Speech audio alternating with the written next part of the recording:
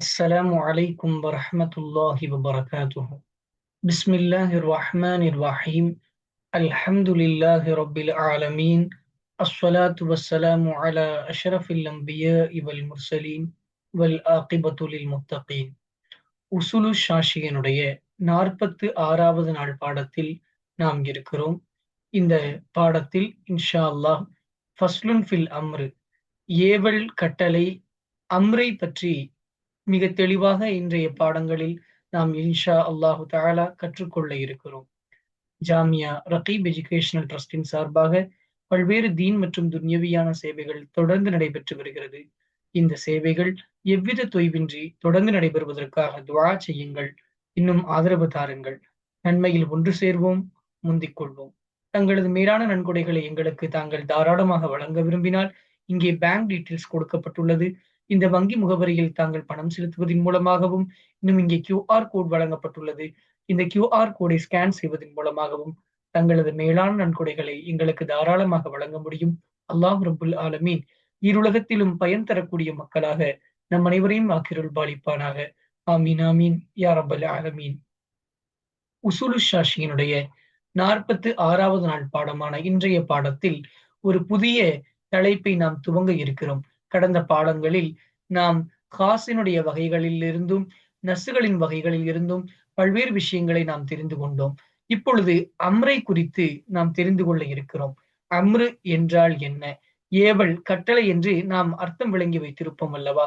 அதை இமாம்கள் உசூலுல் ஃபிக்ஹில் எப்படியெல்லாம் எடுக்கிறார்கள்?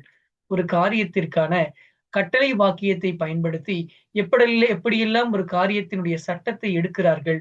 அமல்களில் எது வாஜிபு, எது முஸ்தஹப்பு, எது முபாஹ் என்று எப்படியெல்லாம் பிரித்தார்கள்? இது போன்ற பல்வேறு ஆராய்ச்சிகளை இன்ஷா அல்லாஹு தஆலா இந்த பாடத்தில் நாம் தெரிய இருப்போம். ஆரம்பமாக அம்ரினுடைய லுகத்து அர்த்தத்தை, அதனுடைய தாரீஃப்களை, வரையறைகளை நாம் தெரிவோம். இன்ஷா அல்லாஹ் இன்றைய பாடத்தில் அம்ரினுடைய லுகத்து தாரீஃபையும், ஷரஈயான தாரீஃபையும், லுகவியான தாரீஃபையும், இன்னும் சில இமாம்கள் அம்ரை குறித்து என்னவெல்லாம் சொல்லி இருக்கிறார்கள் என்பதையும் அதற்கான விளக்கங்களையும் இன்ஷா அல்லாஹ் இன்றைய பாடத்தில் நாம் தெரிந்து கொள்ள இருக்கிறோம். எனவே 46வது நாளான இன்றைய பாடத்தில் அம்ரு என்றால் என்ன என்ற அதனுடைய டெஃபினிஷனை குறித்தும், இமாம்கள் அம்ரை குறித்து தரும் அற்புதமான விளக்கங்கள் என்னென்ன என்பதை குறித்தும் நாம் கற்றுக்கொள்ள இருக்கிறோம். அல்லாஹ் ரப்புல் ஆலமீன் அவனுடைய தீனை நல்ல முறையில் படித்து மனதில் பதிய வைத்து வாழ்வில் அமல் செய்யக்கூடிய தௌஃபீக்கினை அல்லாஹ் ரப்புல் ஆலமீன் நம் அனைவருக்கும் வழங்குவானாக என்று ஆரம்பமாக பிரார்த்தித்து நம்முடைய பாடங்களை துவங்குவோம். வாருங்கள், நாம் பாடத்திற்குள்ளே செல்வோம். பிஸ்மில்லாஹிர் ரஹ்மானிர் ரஹீம். ஃபஸ்லுன் ஃபில் அம்ர், அம்ரை தெளிவுபடுத்தக்கூடிய, அம்ரிலே உள்ள விளக்கங்களை பற்றி கூறக்கூடிய ஃபஸ்ல். நாம் கடந்த பாடங்களிலேயே சொல்லி இருக்கிறோம். ஃபஸ்ல் என்றால் அதற்கு கீழே பல்வேறு மசாயில்கள் உள்ளடக்கப்பட்டதாக இருக்கும். இந்த பாடங்களில் அம்ரை குறித்துள்ள பல்வேறு விஷயங்கள் இருக்கும். ஆரம்பமாக அம்ரு என்றால் உசூலியான ஐம்மத்துகளிடத்தில், அஹ்லுல் உசூல் இமாம்களிடத்தில் அம்ருடைய லுகவி தாரீஃப் ஆகிறது. லுகத்தில் அம்ரு என்றால் என்ன என்றால் கவுலுல் காயிலி லி கைரிஹி இஃப்அல், ஒரு நபர் அவரல்லாத வேறு ஒருவரிடத்தில் இஃப்அல், நீ இதை செய்ய வேண்டும் என்ற ரூபத்தில் கூறக்கூடிய வார்த்தைகளாகும். அலா சபீலில் இஸ்திஅலா, தன்னை மேலோங்க தேடுதல் என்ற வண்ணத்தில் ஒரு மனிதன் அடுத்தவனை பார்த்து நீ இதை செய்ய வேண்டும், இதை நீ கொடுக்க வேண்டும், இதை நீ சாப்பிட வேண்டும், இவனை நீ சங்கை செய்ய வேண்டும் என்று ஒருவன் மற்றொருவனை பார்த்து சொல்லக்கூடிய கட்டளை வாக்கியங்கள் தான் லுகத்தில் அம்ரு என்று அழைக்கப்படுகிறது. அதாவது அதனுடைய தரீஃபை சொல்லும் பொழுது அம்ரு என்றால் கவுலுல் காயிலி கைரிஹி இஃப்அல் அலா சபீலில் இஸ்திஅலா, ஒருவன் தன்னை மேலானவன் என்ற எண்ணத்தில் மற்றவர்களிடம் கொடுக்கக்கூடிய கட்டளைகள், இஃப்அல் என்ற வார்த்தையின் மூலம் கொடுக்கக்கூடிய கட்டளைகள், இவைகள் தான் அம்ரு என்று லுகத்தில் சொல்லப்படும். அதாவது இஃப்அல் என்ற வார்த்தை, அந்த நீ செய்ய வேண்டும் என்ற வார்த்தை இஃப்அல் என்ற சீகாவில் வரக்கூடிய எல்லா முதாரிகளும், பலபு தேடலை கொண்டிருக்கக்கூடிய எல்லா முதாரிகளும் அது அம்ராக லுகத்தில் கவனிக்கப்படும். உதாரணமாக உன்சுர், நீ உதவி செய்ய வேண்டும், அக்ரிம், நீ சங்கை செய்ய வேண்டும், இலுரிப், நீ அடிக்க வேண்டும், இஃப்தஹ், நீ திறக்க வேண்டும், யஅலம், நீ அறிய வேண்டும் என்று நாம் பல உதாரணங்களை சொல்லிக் கொண்டே போகலாம். ஆக லுகத்தில் அம்ரு என்றால் என்ன, அதனுடைய தாரீஃப் என்னவென்றால், இஃப்அல் என்ற சீகாவில் ஒரு வார்த்தையை ஒருவன் மற்றொருவனிடம் சொல்லுதல். இவன் எந்த ரூபத்தில் இருக்கக்கூடிய முகமாக, இவன் தன்னை மேலானவன் என்ற சிந்தனையின் வண்ணமாக, இவன் ஹகீக்கத்தில் மேலானவனாக இருந்தாலும் சரி, மேலானவனாக இல்லை என்றாலும் சரி, இந்த வார்த்தையை நாம் இங்கே சேர்ப்பதின் காரணம் அலா சபீல் இஸ்திஅலா என்று நாம் சேர்ப்பதற்கான அடிப்படை காரணம், 3 விதத்தில் இருப்பார்கள். ஒரு ஆமிருக்கும் மஅமூருக்கும் இடையில் சமமானவர்களாக இருந்தால் அதை இல்திமாஸ் என்று சொல்வார்கள். ஆமிர் ஏவக்கூடியவன் மேலானவனாகவும் மஅமூர் ஏவப்பட்டவன் கீழானவனாகவும் இருக்கிறான் என்றால், அவனை விட இவன் தாழ்ந்தவனாக அல்லது அவனுக்கு கீழே இவன் இருக்கிறான் என்றால் இதை அம்ரு என்று சொல்லப்படும். அதே நேரத்தில் கீழே உள்ளவன் தன்னை விட மேலானவனை அவனிடம் சொல்லக்கூடிய அந்த கட்டளைகளை, அது துஆ என்று அவனிடம் கொடுக்கக்கூடிய அந்த முறைகளை, அந்த முறையிடுதலை துவா என்று சொல்லப்படும். ஆக ஆமிருக்கும் மஅமூருக்கும் இடையில் உள்ள இந்த வாசகங்கள் 3 வகையில் இருக்கும். மேலே உள்ளவன் கீழே உள்ளவனை பார்த்து சொல்வது அம்ரு, கீழே உள்ளவன் மேலே உள்ளவனை பார்த்து சொல்வது துவா, சமமானவர்கள் சொல்வது இல்திமாஸ்.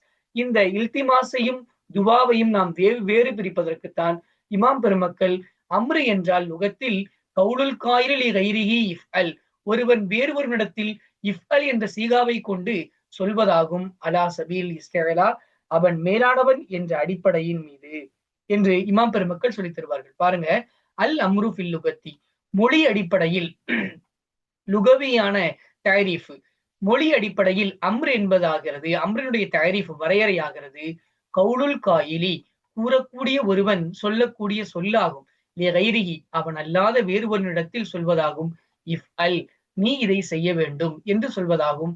அலா சபீலில் இஸ்திஅலா, இதை இங்கே சேர்த்துக்கங்க.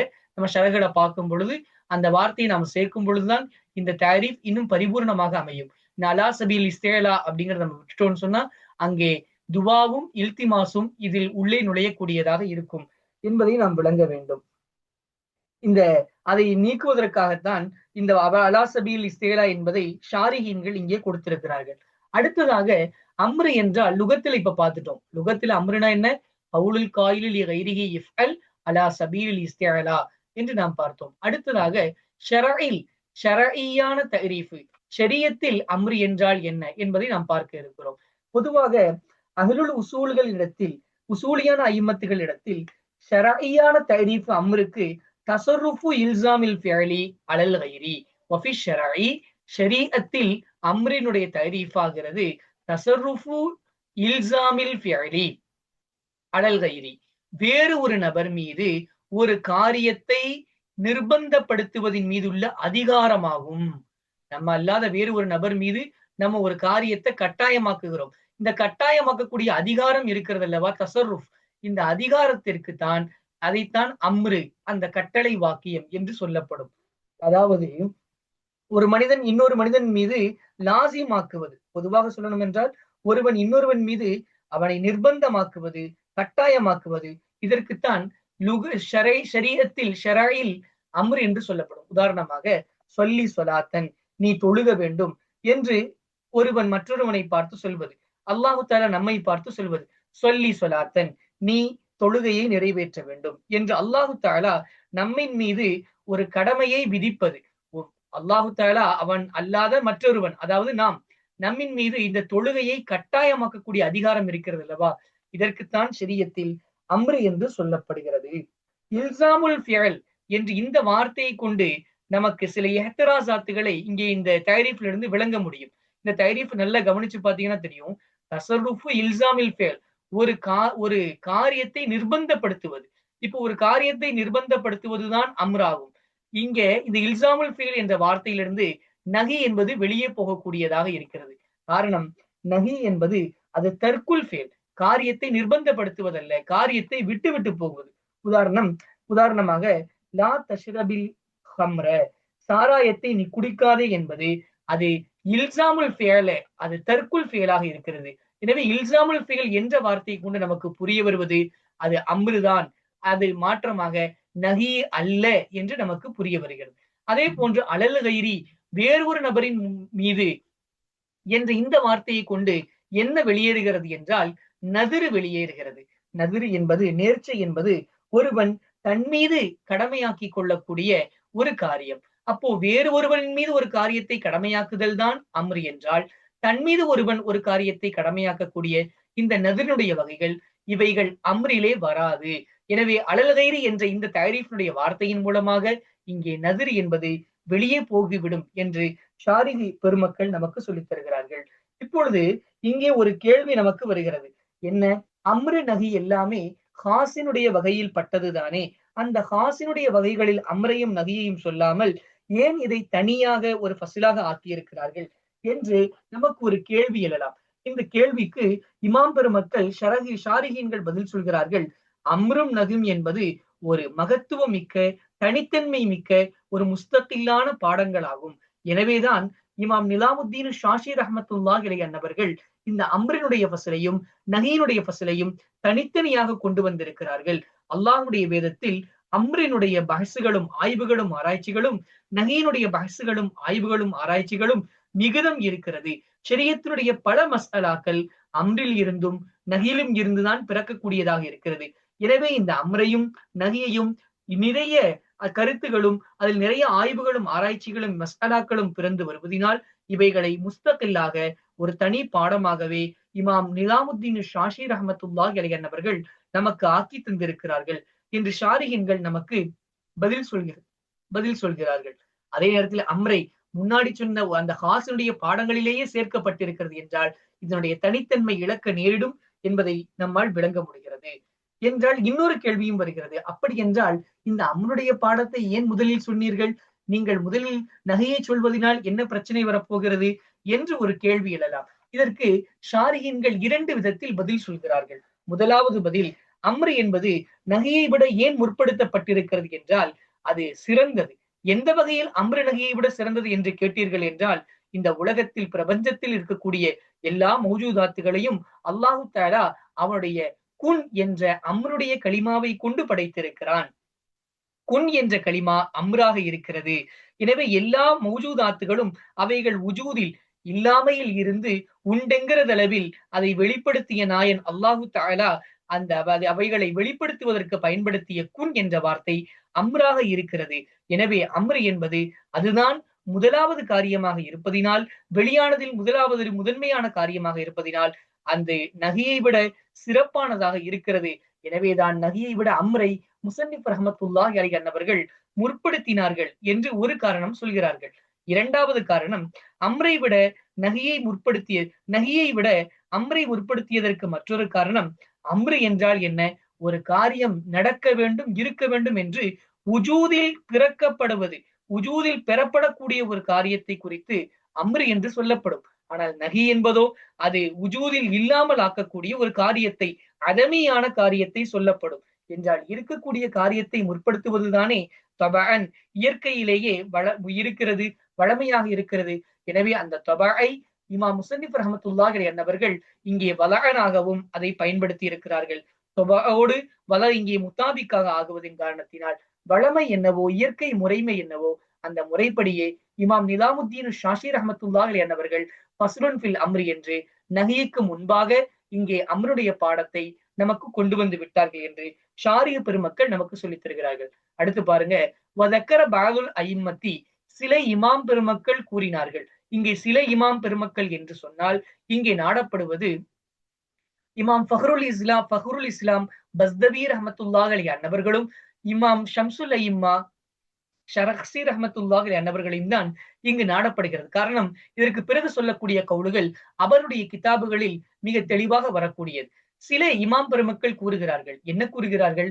அன்னல் முராதபில் அம்ரி, அம்ரு என்ற வார்த்தையை கொண்டு நாடப்படுவது, நிச்சயமாக அம்ரு என்ற வார்த்தையை கொண்டு நாடப்படுவதாகிறது யக்தஸு பிஹாதிஹி சீகா, இந்த இஃப்அல் என்கின்ற இந்த சீகாவை கொண்டு அது குறிப்பானதாக இருக்கும். என்றால் அம்ரு என்று எதுவெல்லாம் சொல்லப்படுகிறதோ அது இஃப்அல் என்ற சீகாவை கொண்டுதான் ஆகியிருக்குமே தவிர வேறு எந்த ஒரு சீகாவை கொண்டும் அம்ரு என்பது ஆகாது. இந்த சீகாவை கொண்டே, இந்த இஃப்அல் என்கின்ற சீகாவை கொண்டே இந்த அம்ரு என்பது அது குறிப்பாக்கப்படும் என்று இமாம் பஸ்தவி ரஹ்மத்துல்லாஹி அன்னவர்களும் இமாம் ஷரஹ்சி ரஹ்மத்துல்லாஹி அன்னவர்களும் தங்களுடைய கிதாபுகளில் கூறுகிறார்கள். ஆனால் இந்த கவுலை இமாம் நிலாமுத்தீன் ஷாஷி ரஹமத்துல்லாஹி அன்னவர்களும் ஏனைய இமாம் பெருமக்களும் மறுக்கிறார்கள். அம்ருக்கு 3 வகையான விளக்கங்களை நாம் இந்த பாடத்தில் கூறுவோம். 3 வகையான கருத்துகளில் 2 கருத்துகள் மறுக்கப்பட்டு அவைகளுக்கு வெவ்வேறு விளக்கங்கள் கூறப்படும். கடைசியாக உள்ள அந்த கருத்தே ஏற்புடையதாக இருக்கும் என்று இமாம் நிலாமுத்தீன் ஷாஷி ரஹமத்துல்லாஹி அன்னவர்கள் நமக்கு இந்த பாடத்தில் தெளிவுபடுத்துவார்கள். வாருங்கள், இந்த கவுல் எப்படி எப்படி சரியில்லை என்பதை, இந்த கவுலை எப்படி இவர்கள் மறுக்கிறார்கள் என்பதை நாம் பார்ப்போம். வஸ்தஹால இங்கே முஹாலாகிவிடும். ஐயக்கூன மகனாகும், அந்த அம்ரினுடைய அர்த்தம் ஆகுவது என்னவென்றாகுவது அன்ன ஹகீக்கத்தல் அம்ரி, அம்ரினுடைய ஹகீக்கத் ஆகிறது. யஹ்தஸ்ஸு பிஹாதிஹி சீகா, இந்த இஃப்அல் என்ற சீகாவை கொண்டே அது குறிப்பாகும் என்கின்ற இந்த வாதம், இந்த அம்ரினுடைய இந்த அம்ரை இந்த சீகாவை கொண்டே குறிப்பாகும் என்பது முஹாலாகிவிடும். ஏன் இது முஹாலாகும் என்றால், அஹ்லு சுன்னத்து வல் ஜமாஅத்தினுடைய மக்களாகிய நம்மிடத்தில் நம்முடைய கொள்கையில் இருக்கிறது, அல்லாஹு தஆலா அசலிலேயே முத்தக்கல்லிமாக இருக்கக்கூடியவன். அல்லாஹு தஆலா அசலிலேயே முத்தக்கல்லிமாக இருக்கிறான் என்றால் அது அவனுடைய தனிப்பெரும் சிஃபத்தாக இருக்கிறது. அங்கே அவனுடைய அசலிலேயே அவனுடைய கலாம் என்ற சிஃபத்து அது சுபூத்தாக தெரிப்பட்டதாக இருக்கிறது. எனவே அந்த அசலிலேயே அவனுடைய கலாமில் அம்ரும் நகியும் ஹபரும் இன்ஷாக்களான இஸ்திக்பார்களும் எல்லாம் இருக்கிறது என்றால், இந்த இஃப்அல் என்ற வார்த்தையை கொண்டு அல்லாஹுடைய கலாம், அல்லாஹுடைய அந்த அம்ருகள் இருக்க வேண்டும் என்று சொன்னால், இஃப்அல் என்ற இந்த வார்த்தை ஹாதிஸ், ஒரு எழுத்திற்கு அடுத்து மற்றொரு எழுத்துக்கள் உருவாகக்கூடியது, சப்தங்களை கொண்டது, இதற்கென்று சூரத்துகள் முரக்கபாக இருக்கிறது. இது போன்ற பல காரணத்தினால் இந்த இஃப்அல் என்கின்ற வார்த்தை ஹாதிஸ் ஆனது. எனவே இந்த ஹாதிஸான வார்த்தை ஒரு எழுத்திற்கு அடுத்து மற்றொரு எழுத்து வர வேண்டும், ஈக்கடுத்து இஃப் வர வேண்டும், இஃப்க்கு அடுத்து ஆ வர வேண்டும், ஆக்கடுத்து இல் வர வேண்டும் என்கின்ற இந்த ஹாதிஸான வார்த்தைகள் அசலிலேயே இருக்கிறது என்றால் அது அல்லாஹ்வுடைய கதீமான கலாமிற்கு மாற்றமானதாக இருக்கும். எனவே இந்த அம்ரு என்பது இஃப்அல் என்ற சீகாவை கொண்டே குறிப்பானது என்பது அது முஹாலான வாதமாகும். ஏனென்றால் இன்னல்லாஹ தஆலா, நிச்சயமாக அல்லாஹ் மேல உயர்ந்தோனாகிய அல்லாஹு தஆலா முத்தக்கல்லிமுன் ஃபில் அஸலி, அவன் அசலிலேயே அவனுடைய அந்த கதீமியத்திலேயே பூர்வீகத்திலேயே அவன் முத்தக்கல்லிமாக அவன் பேச்சுள்ளவனாக இருக்கிறான். இந்தனா அஹ்லு சுன்னத்து வல் ஜமாஅத்தான நம்மிடத்தில் அவன் அசலிலேயே முத்தக்கல்லிமாக இருக்கிறான். வ கலாமுஹு, அவனுடைய அல்லாஹ்வுடைய அந்த கலாமாகிறது. அம்ருன் அம்ராகும், வ நஹியுன் இன்னும் நஹியாகும், வ இஹ்பாரும் இன்னும் இஹ்பார் ஏவல் விளக்கல் செய்திகள், இன்னும் இஸ்திக்பாருன் இன்ஷாகள் உற்பத்தி செய்து புதிதாக உருவாகக்கூடிய வார்த்தைகள். அம்ருன் ஏவல், வ நஹியுன் இன்னும் விளக்கல், இன்னும் இஹ்பாருன் செய்திகள், வ இஸ்திக்பாருன் இன்னும் இன்ஷாகள் என்று அல்லாஹு தஆலா அம்ரு நஹி போன்று பல்வேறு விஷயங்களை, இன்ஷாகளில் இஸ்திஃபாம் என்று பல்வேறு விஷயங்கள் வரும். இவைகள் எல்லாம் அல்லாஹு தஆலாவுடைய கலாமில் அசலிலேயே இருந்திருக்கிறது. நீங்கள் சொல்வதை போன்று இமாம் பஸ்தவி ரஹ்மத்துல்லாஹி அன்ஹுடைய கருத்திற்கு சில இமாம் பெருமக்கள் இவ்வாறு விளக்கம் கொடுத்து விட்டார்கள். என்ன, இஃப்அல் என்ற வார்த்தையை கொண்டு அல்லாஹு தஆலாவுடைய அந்த கலாம் அது ஹாஸாக இருக்கும் என்ற இந்த விளக்கம் அது தவறான விளக்கம் ஆகும். காரணம், அல்லாஹு தஆலா அவன் அசலிலேயே முத்தக்கல்லிமாக இருக்கிறான். அந்த அசலிலேயே அம்ரும் நகியும் இஹ்பாரும் இன்ஷாக்களும் எல்லாம் இருக்கிறது. எனவே அந்த நேரத்தில் இந்த ஹாதிஸான சூரத்துள்ள, ஹாதிஸான சவுத்துள்ள, ஹாதிஸான ஹர்ஃபுகளை கொண்டுள்ள இஃப்அல் என்ற வார்த்தையை கொண்டு அம்ரு குறிப்பாகும் என்ற வாதமே தவறு, அது முஹாலாகிவிடும் என்று இமாம் நிலாமுத்தீன் ஷாஷி ரஹமத்துல்லாஹி அவர்கள் நமக்கு தெளிவுபடுத்தி இருக்கிறார்கள். இது மாத்திரமல்ல, இது போன்று இன்னொரு பிரச்சனையும் வருகிறது. பாருங்கள், வஸ்தஹால இன்னும் முஹாலாகும். உஜூது ஹாதிகி சீகத்தி, இந்த சீகாவை கொண்டு இந்த சீகா இருப்பது முஹாலாகும். ஃபில் அசலி, அசலிலேயே இந்த சீகா இருப்பது முஹாலாகும். காரணம், இவைகள் ஹாதிஸ். வஸ்தஹாலா இலன் இன்னும் முஹாலாகி போகும். ஐயக்கூன மஅனாகு, அதனுடைய அர்த்தம் ஆகுவது, அந்த அம்ருடைய இந்த அர்த்தம் ஆகுவது முஹாலாகி போகும். என்ன அந்த அர்த்தம்? அன்னல் முராத பில் அம்ரி, அம்ரை கொண்டு நிச்சயமாக அம்ரை கொண்டு நாடப்படுவது லில் ஆமிரி, ஆமிரிடத்தில் யஹ்தஸு பிஹாதிஹி ஸிகா. சில இமாம்கள் இப்படி விளக்கம் கொடுத்தார்கள். அல்லாஹ்விடத்தில், இந்த ஆமிரான அல்லாஹ்விடத்தில் இந்த சீகா இஃபல் என்கின்ற சீகாவை கொண்டு இந்த அம்ரு என்பது குறிப்பானதாகும் என்று சிலர்கள் சொன்னார்கள். இந்த வாதமும் முஹாலாகி போகும். காரணம், அல்லாஹு தஆலா அவன் இந்த சீகாவை கொண்டுதான் அம்ரை செய்ய வேண்டும், வேறு எந்த சீகாவை கொண்டும் அம்ரு செய்யக்கூடாது என்றால் அன்னல் முராத பில் அம்ரி யக்தஸு பிஹாதிஹி சீகா என்பது தவறான வாதமாகும். காரணம், இன்னல் முராத லிஷாரிஇ பில் அம்ரி, அம்ரை கொண்டு ஷரியத்திற்கு சொந்தக்காரனான ஷாரிஆன அல்லாஹ்வினுடைய நாட்டம் நிச்சயமாக அல்லாஹு தஆலாவுடைய நாட்டமாகிறது. உஜூபுல் ஃபிஅலி அலல் அப்தி, அடிமைகளாகிய நம்மின் மீது, அடிமைகளின் மீது அந்த காரியத்தை கட்டாயமாக்குவதாகும். வகுவ மாய்னல் இப்திலாயி, அதுதான் சோதனை என்ற வார்த்தையின் அர்த்தமாகவும் இருக்கிறது. சோதனை என்பதின் அர்த்தமாகவும் அந்த உஜூபுல் ஃபேல், காரியத்தை நம் மீது கட்டாயப்படுத்துவதுதான் இருக்கிறது இந்த நம்மிடத்தில். வக்கது சபத்த, இன்னும் தரிபட்டிருக்கிறது, அல் உஜூபு, கட்டாயமாகுதல் தரிபட்டிருக்கிறது, பிதூனி ஹாதிகி சீகத்தி, இந்த சீகா இல்லாமலேயே எத்தனை விஷயங்கள் இந்த அபதுகளின் மீது, அல்லாஹ்வுடைய படைப்பாகிய நம்மின் மீது, அடிமைகள் மீது இந்த அம்ருடைய சீகா இல்லாமையே பல்வேறு விஷயங்கள் நம்மின் மீது கடமையாகி இருக்கிறது. அவைகளை பற்றி முஸன்னிஃப் ரஹ்மத்துல்லாஹி அவர்கள் நமக்கு தெளிவுபடுத்துகிறார்கள். அலைஸ, இல்லையா, அன்னஹு வஜபல் ஈமானு, ஈமான் கடமையாகி இருக்கிறது, அதுக்கு ஈமான் கடமையாகவில்லையா, அலா, ஒரு அலாமன், ஒருவனின் மீது, லம் தபுலுகுஹு, அவனை சென்று சேரவில்லை, அத்தஅவத்து, தஅவா சென்று சேரவில்லை, அல்லாஹு தஆலாவினுடைய இந்த தஅவா சென்று சேராத ஒரு மக்கள் எப்படி, பிதூனி உருதி ஸமஇ, காதால் கேட்பது, அது வருவது இல்லாமல், அவர்களிடம் எந்த நபிமார்களோ அல்லது அந்த நபிமாருடைய நாயிபுகளோ யாரும் சென்று சேராமலேயே ஒருவன் இருக்கிறான். ஒரு உதாரணத்திற்கு, ஒரு மலையிலேயோ அல்லது ஒரு காட்டிலேயோ ஒரு வனாந்திரத்திலேயோ சில மனிதர்கள் வாழ்ந்து கொண்டிருக்கிறார்கள். ஒரு கற்பனையில் அவர்களிடத்தில் எந்த நபியும் செல்லவில்லை என்றால், நபிமார்களுடைய எந்த நாயிபுகளும் செல்லவில்லை என்றாலும் கூட அவர்கள் ஈமான் கொள்வது, அவருடைய அறிவை பயன்படுத்தி ஈமான் கொள்வது கட்டாயமாகும். இதுதான் ஹனஃபி மதுஹபினுடைய ஒரு உசூல். இமாம் அஷ்அரி ரஹ்மத்துல்லாஹி அன்னவர்களுக்கும் இமாம் மாத்துரிதி ரஹ்மத்துல்லாஹி அன்னவர்களுடைய அகீதாவினுடைய ஹிலாஃபுகளில் இது ஒரு ஹிலாஃபாக நாம் சொல்லலாம், ஒரு உசூல் ஹிலாஃபாக சொல்லலாம். அதாவது பொதுவாக அஷ்அரிக்கும் மாத்துரிதிக்கும் லஃப்லியான நிசாகள் மாத்திரம்தான். அதில் ஒரு உசூலை நான் இந்த பாடத்தில் சொல்ல விரும்புகிறேன். அதாவது ஹனஃபிகளை பொறுத்தளவு, அதாவது மாத்துரீதியாவான அகீதாவை போன்ற, நான் மாத்துரீதியினுடைய அகீதாவை பின்பற்றுபவர். மாத்துரீதியினுடைய அகீதாவை பொறுத்தவரை நாங்கள் அல்லாஹுவை கொண்டுதான் ரசூலை அறிவோம், இது எங்களுடைய கொள்கை. அதே நேரத்தில் அஷ்அரியினுடைய அகீதாவை நாம் எடுத்து பார்த்தால் அவர்களுடைய கொள்கை ரசூலை கொண்டுதான் அல்லாஹுவை அறிவோம் என்று சொல்வார்கள். ஏனென்றால் ரசூல் தான் அல்லாஹுவை காட்டிக் கொடுப்பவர்கள், அவருடைய வேதங்களின் அடிப்படையில் தான் நாம் வாழ்வோம்.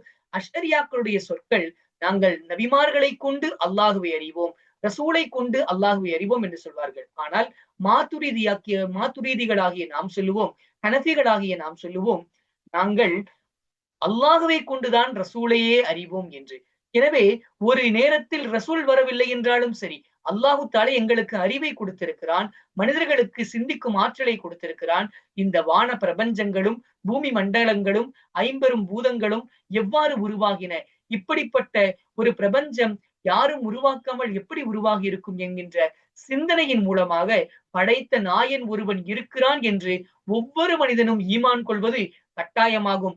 லம் தபுலுகு தஅவத்து, அவனிடம் எந்த தஅவாக்கள் சென்று சேரவில்லை என்றாலும் சரியே. இதுதான் அஷ்அரிகளுக்கும் மாத்துரிதிகளுக்கும் உள்ள ஒரு ஹிலாஃப். இந்த அடிப்படையில் தான் இந்த மஸ்அலாவும் வருகிறது.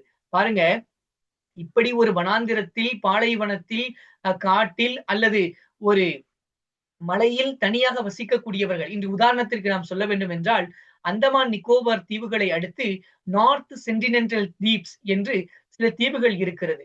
இந்த தீவுகளில் வாழ்பவர்களுக்கும் உலகத்திற்கும் எந்த சம்பந்தமும் இல்லாமல் வாழ்ந்து கொண்டிருக்கிறார்கள். நீங்களோ இந்த பாடங்களை எல்லாம் லேப்டாப்புகளின் மூலமாகவும் போன்களின் மூலமாகவும் இன்டர்நெட்டின் வசதிகளின் மூலமாக கண்டு கொண்டிருக்கிறீர்கள். ஆனால் இவைகள் எல்லாம் என்னவென்றே தெரியாமல் உலகத்தினுடைய நடைமுறைகளுக்கு முழுவதும் மாற்றமாக இன்றும் அந்தமான் நிக்கோபார் தீவுகளை அடுத்துள்ள நார்த் சென்டினென்டல் தீப்புகளில் வாழ்ந்து கொண்டிருக்கிறார்கள். அவர்களுக்கு போனை குறித்தோ லேப்டாப்பை குறித்தோ எந்தவித டெக்னாலஜிகளை குறித்தோ ஒன்றும் தெரியாது. இன்று இப்பொழுது இந்த வருடத்தில் கூட, இந்த நாளில் கூட அந்த மக்கள் வாழ்கிறார்கள். இவரிடம் எந்த நபி சென்றார் என்று நமக்கு தெரியவில்லை, எந்த தஅவாக்கள் அவர்களை சென்றடைந்தது என்று நமக்கு தெரியவில்லை. ஆனால் ஹனஃபி மதுஹபின்படியும் மாத்துரிதியாவுடைய அகீதாவின்படியும் இவர்களின் மீதும் ஈமான் கொள்வது கட்டாயம். இவர்களுக்கு இஃப்அல் என்கின்ற சீகா சென்று சேரவில்லை என்றாலும் சரி, அதை எடுத்துக்கொண்டு எந்த நபி போகவில்லை என்றாலும் சரி, அவருடைய நாயிபு போகவில்லை என்றாலும் சரி, எந்த வேதங்கள் அவருடைய கரங்களுக்கு கிடைக்கவில்லை என்றாலும் சரி, அவர்கள் பார்க்கக்கூடிய இந்த மாபெரும் கடல்கள், கடல்களில் உள்ள அந்த மிருகங்கள், கடல்களில் உள்ள அற்புதங்கள், இந்த வானங்களையும் பூமிகளையும் அவர்கள் தங்களுடைய அறிவினால் சிந்தித்து ஏக இறைவன் இருக்கிறான், இந்த உலகத்தை படைத்த இறைவன் இருக்கிறான் என்று அவர்கள் ஈமான் கொள்வது கட்டாயமாகும். அவர்கள் தொழுகவில்லை என்றாலும் சரியே, அவர்கள் நோன்பு பிடிக்கவில்லை என்றாலும் சரியே, அவர்கள் மற்ற காரியங்கள் அவர்களுடைய காதுகளுக்கு சென்று சேரவில்லை என்றாலும் ஈமானை அவர்கள் கட்டாயமாக கொண்டிருக்க வேண்டும்.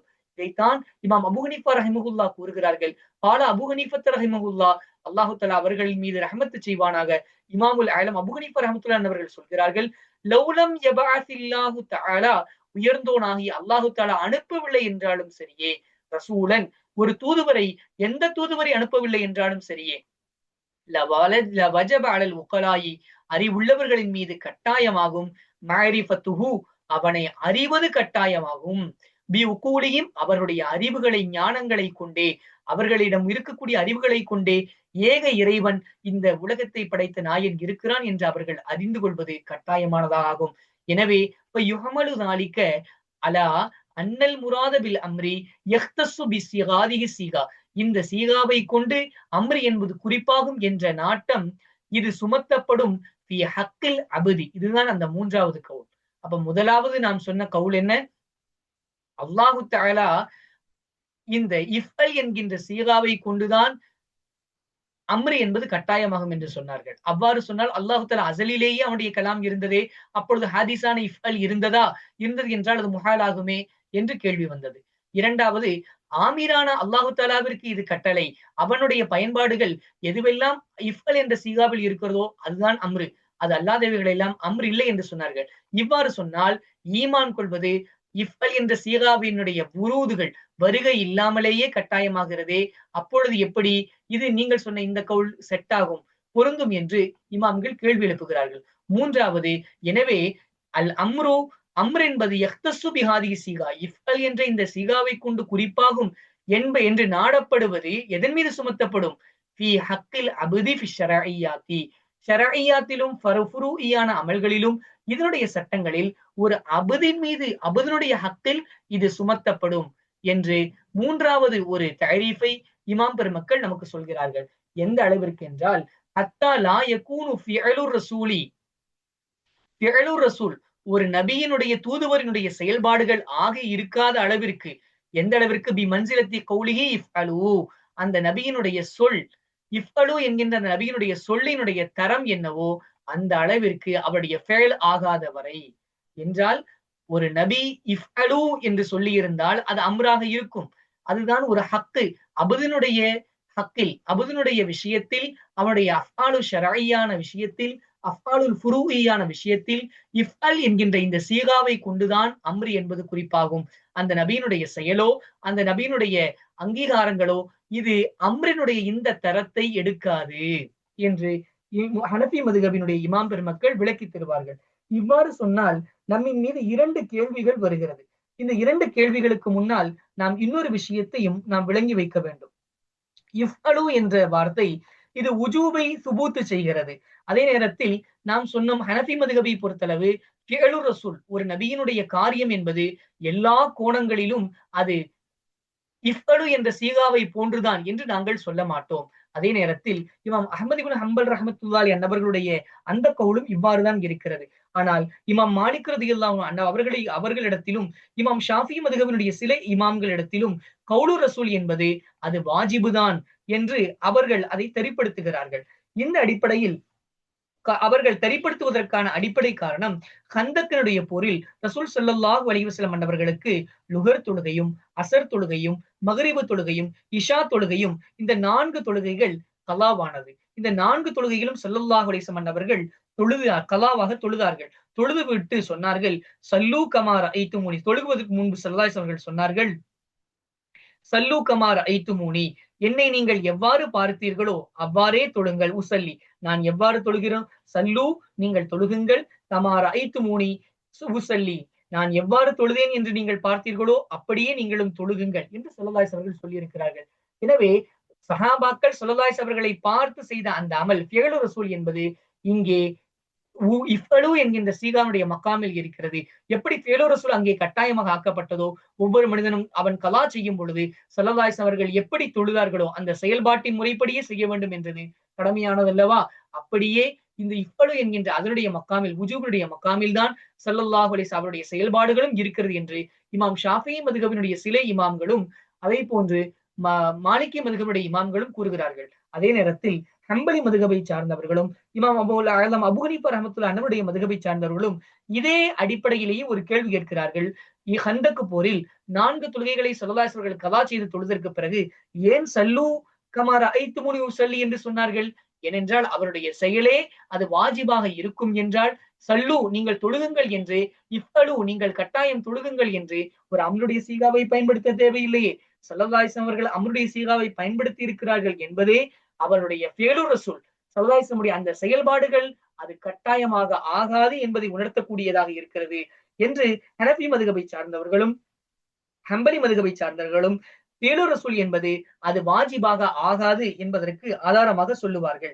அதே நேரத்தில் ஒரு கேள்வி வரும் என்றால் ஹனஃபி மதுஹபில் எத்தனையோ காரியங்கள் ஃபியலு ரசூலை கொண்டுதானே அது வாஜிபாக ஆக்கப்பட்டிருக்கிறது என்று கேள்வி வரும். இந்த கேள்விக்கான பதிலையும் இமாம் நிலாமுத்தீன் ஷாஷி ரஹ்மத்துல்லாஹி அவர்கள் நமக்கு சொல்லித் தருகிறார்கள். வலா யல்ஸமு இன்னும் லாசிமாக ஆகாது, நிர்பந்தமாகாது, இஅ்திகாபுல் வுஜூபி பிஹி அந்த ஸல்லல்லாஹு அலைஹி வஸல்லம் உடைய காரியம் செயல்பாடுகள் அந்த செயல்பாடுகளை கொண்டு வாஜிபியத்து கட்டாயம் என்பது என்று நம்பிக்கை கொள்வது நிர்பந்தமாகாது. ஸல்லல்லாஹு அலைஹி வஸல்லம் ஃபீலுகள் நபிமாருடைய ஃபீலுகள் அவருடைய ஃபீலுகள் அதை அந்த ஃபீலுகளே கட்டாயம் வாஜிபு என்று நம்மின் மீது சட்டம் கொள்வது அதை நாம் நம்பிக்கை கொள்வது லாசிமாக ஆகாது. அப்படின்ற கேள்வி கேட்டாங்க. பல அமல்களும் ஹனஃபி மதுஹபின்படி இமாம் அபூ ஹனீஃபா ரஹ்மத்துல்லாஹி கவுலின்படி ஃபியலு ரசூலை கொண்டுதானே இது கட்டாயமாக ஆக்கப்பட்டிருக்கிறது. ஹனஃபிகள் அதற்கு எதிரானவர்கள் அல்லையே என்று கேள்வி கேட்கப்பட்டால் அதற்கு பதில் சொல்கிறார்கள். இந்த பாப் இருக்கு இல்லையா, பல போக்கப்பட்ட சுவாலுக்கு முகத்தர ஜவாபாக வரும். சுவால் முகத்தராவுடைய ஜவாபில் வரக்கூடிய ஃபாக்கள் என்று இஸ்லாமியர்கள் சொல்லுவார்கள். வல் முத்தாபஅத்து ஃபி அஃஆலிஹி அலைஹி ஸலாத்து வஸ்ஸலாம் நபிமார்கள் ஸல்லல்லாஹு அலைஹி வஸல்லம் அவர்களுடைய இந்த அஃஆல் ஃபியல்களிலே நாம் முத்தாபஅத்து பின்பற்றுதல் என்பது இன்னமா தஜிபு இந்தல் முவாதபத்தி அது தொடர்ச்சியாக வளமையாக செய்து வரக்கூடிய நேரத்தில் தான் கட்டாயமாக ஆகும், வாஜிபாக ஆகும். ஸல்லல்லாஹு அலைஹி அவர்கள் தொடர்ச்சியாக செய்து வந்த காரியம் ஸலாத்துல் ஈதைன், அதே போன்று ஸலாத்துல் வித்ர், இது போன்ற காரியங்களை நாம் உதாரணமாக சொல்லலாம். இது போன்று ஸல்லல்லாஹு அலைஹி அவர்கள் தொடர்ச்சியாக செய்து வந்த காரியங்கள் இவைகள் தான் நம்மின் மீது கட்டாயமாகும். ஆனால் அதே நேரத்தில் வ இன்திஃபாஇ தலீலின் இஹ்திஸாஸி ஸல்லல்லாஹு அலைஹி வஸல்லம் அவர்களுக்கு குறிப்பானது இஹ்திஸாஸ் அவர்களுடைய தனித்தன்மையானது என்பதனுடைய ஆதாரம் இல்லாமல் இருக்கும் நேரத்தில் தான் அது கட்டாயமாகும். உதாரணமாக தஹஜ்ஜுது தொழுகையை சொல்லலாம், 4 பெண்களுக்கு மேல் திருமணம் முடிப்பதை பற்றி சொல்லலாம். இவைகள் எல்லாம் ரசூல் ஸல்லல்லாஹு அலைஹி வஸல்லம் அவர்கள் செய்திருந்தாலும் இது அவர்களுக்குள்ள ஹுசூசியத்தாக இருப்பதினால் இவருடைய ஹுசூசியத் இல்லாமல் அவர்களுக்குள்ள தனித்தன்மைகள் இல்லாமல் மற்ற காரியங்களில் ஸல்லல்லாஹு அலைஹி வஸல்லம் அவர்கள் எவைகளெல்லாம் முவாதபத்தாக செய்து வந்தார்களோ, தொடர்படியாக வளமையாக செய்து வந்தார்களோ அத்தகைய காரியங்கள் தான் ஒவ்வொரு அபுதின் மீதும் கட்டாயமாகும் என்று ஹனஃபி மதுஹபுடைய இமாம் பெருமக்கள் நமக்கு சொல்லித் தந்திருக்கிறார்கள். எனவே இன்று அம்ரை குறித்து மிக விசாலமாகவும் விலாவரியாகவும் நாம் தெரிந்து கொண்டோம். எல்லாம் வல்ல ரப்புல் ஆலமீன் நல்ல முறையில் புரியக்கூடிய தௌஃபீக்கினை நாம் அனைவருக்கும் வழங்கி அருள்பாலிப்பானாக. அஸ்ஸலாமு அலைக்கும் வரஹ்மத்துல்லாஹி வபரகாத்துஹு.